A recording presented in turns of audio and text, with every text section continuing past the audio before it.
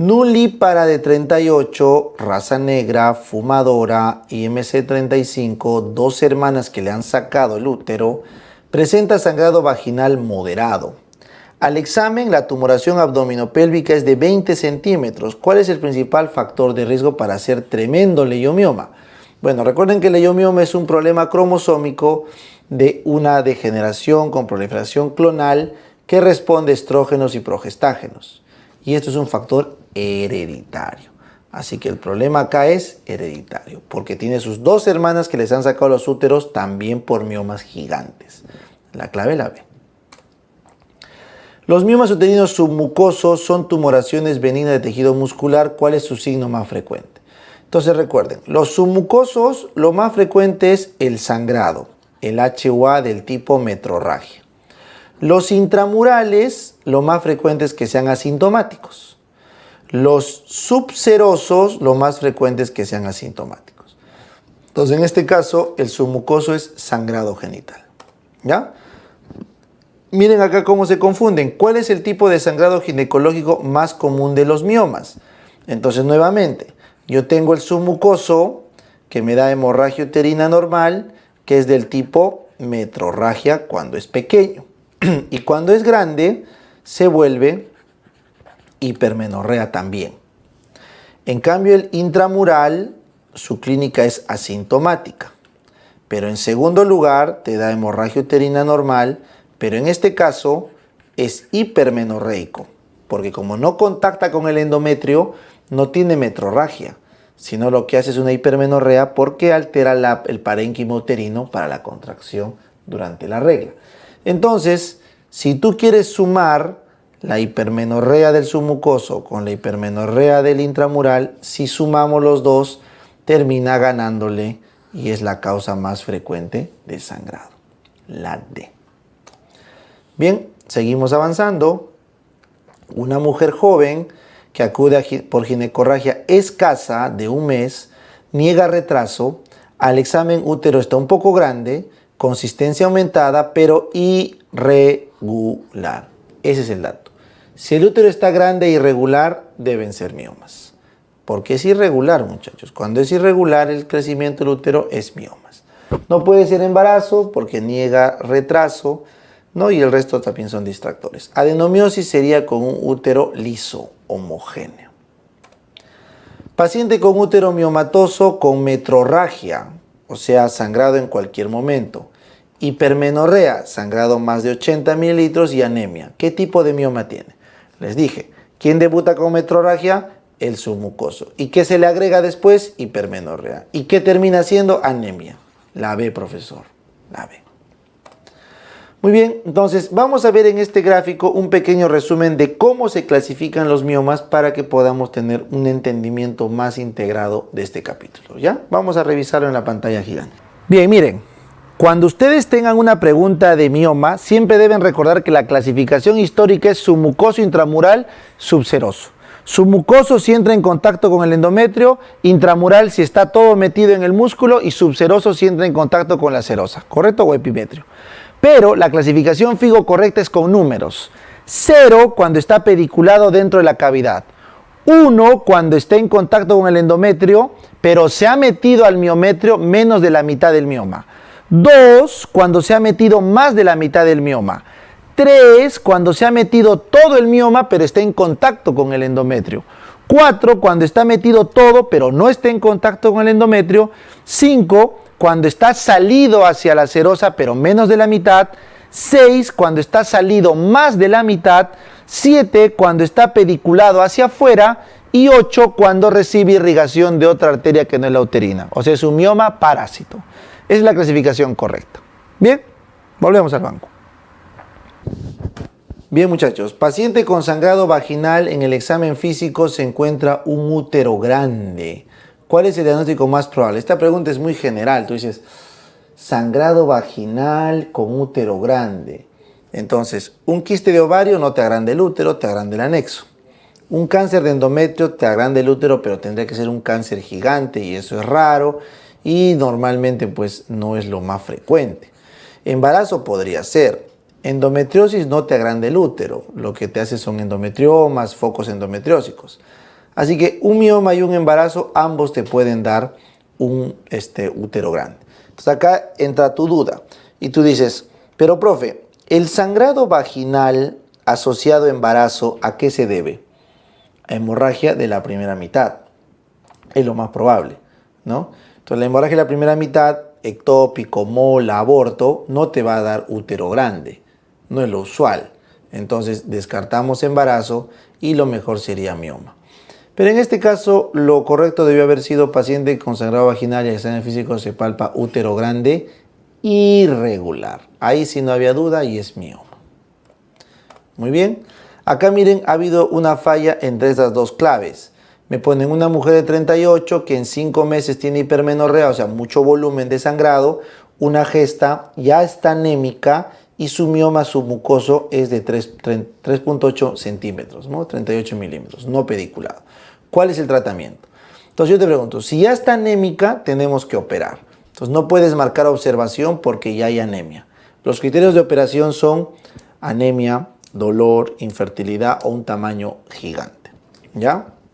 Muy bien, entonces la parotomía no le vas a abrir el estómago, o sea, tendría que ser una miomectomía por histeroscopio, pues, ¿no? O perdón, por laparoscopio.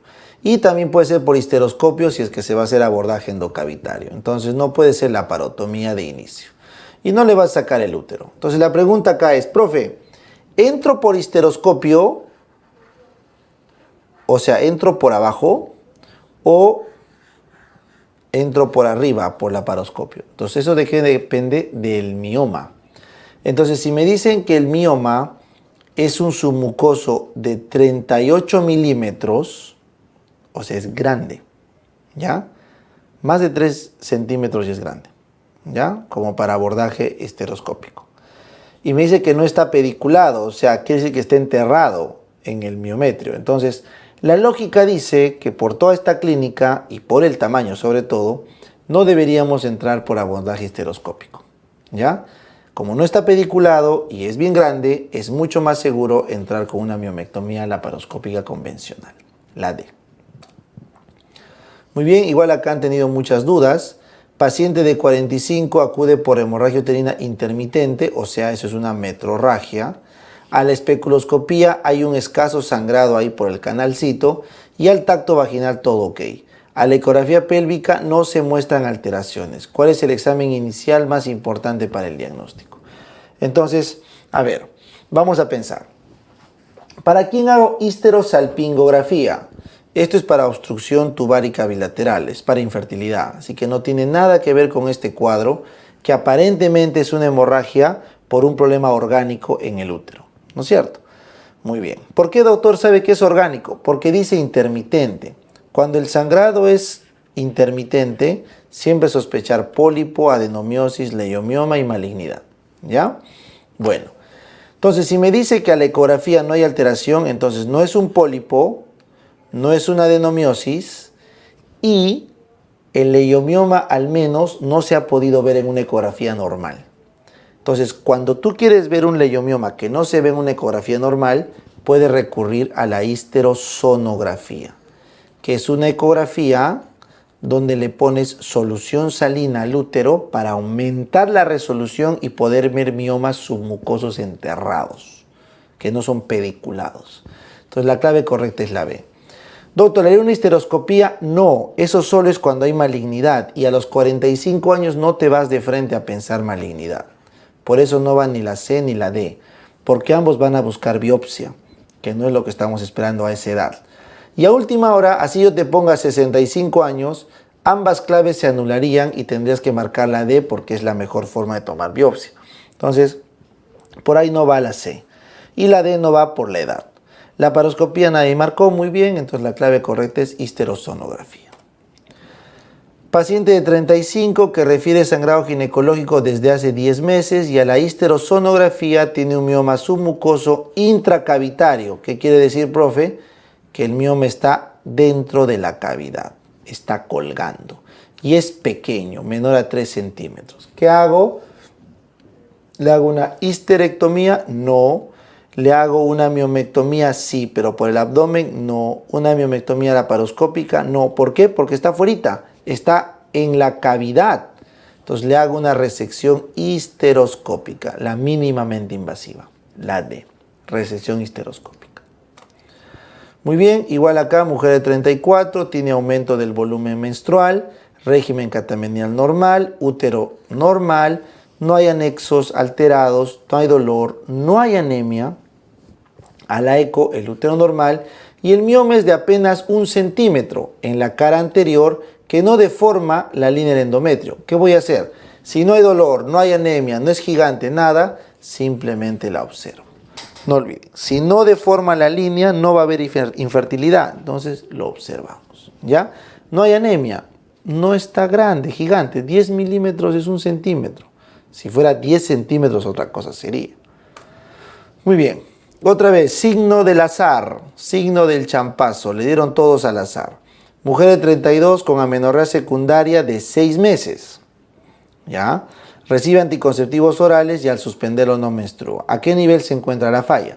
Entonces ya habíamos explicado hace un rato, ¿no? ¿Se acuerdan? Cuando hay amenorrea secundaria hay que descartar embarazo, prolactina, TSH, test de Gamble y luego las otras pruebas que es de estrógeno y progesterona, la prueba de FSH, la prueba de GnRH. ¿Se acuerdan o no lo que vimos? Entonces, si me dice que le doy anticonceptivos orales y no menstrua cuando le quito, el problema es de canal, ¿correcto?